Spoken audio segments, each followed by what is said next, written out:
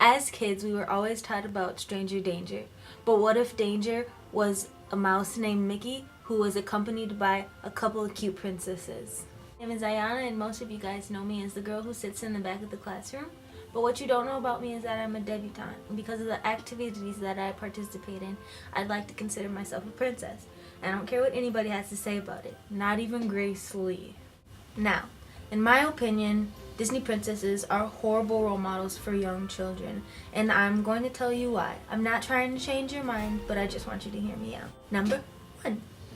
Disney princesses are girls who are usually very pretty and give young girls an unrealistic idea of what beauty really is. Let's take a look at Jasmine, Rapunzel, and Ariel. I'd like to point out the fact that they're all very skinny. Both Jasmine and Rapunzel have obviously put hair extensions in their hair, and Ariel's hair color, yeah, that came out of a box. I'd also like to point out the fact that Pocahontas has perfect hair all of the time, but she has no hairbrush. Like, where is her hairbrush? I'd also like to point out the fact that either Belle or Cinderella, or maybe even both of them, tie their hair with a ribbon. For anybody who's ever tried that, you know what I'm talking about, and for those of you who are going to try, good luck, because it is not easy, close to impossible. Number 2.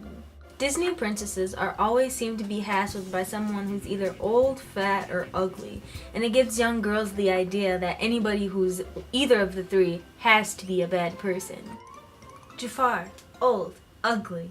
Ursula, old, fat, and ugly. Scar, ugly. The old woman from Snow White, old and ugly.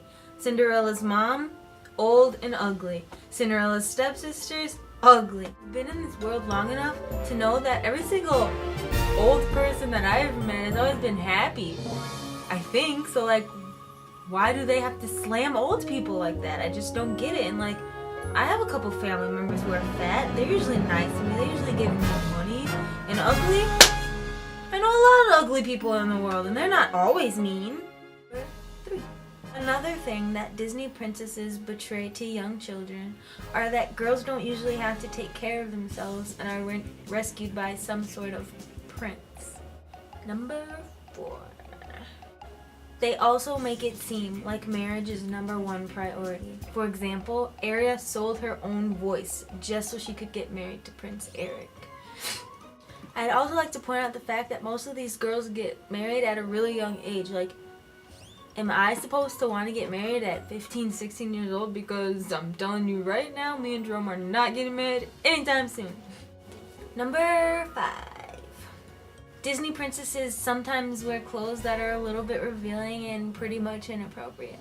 Like Ariel, for example. She's maybe 13 and she swims around in a seashell bikini all the time. I'm pretty sure I wasn't allowed to wear bikinis until I turned 16. And Jasmine, she's always prancing around in some kind of genie outfit. Like, whose mom lets them do that? Obviously hers. I guess my main point to all of this is really that children under the age of 12 are very susceptible to manipulation, and you can read all about it on www.uow.edu. With all of that being said, we can guess that the kids under 12 years old are the ones that are watching the movies, and it's filling their brains with a bunch of BS that is turning our next generation into mindless kids with brains full of turmoil and setting their lives up for failure. And that's why I think Disney princesses are corrupting our younger kids.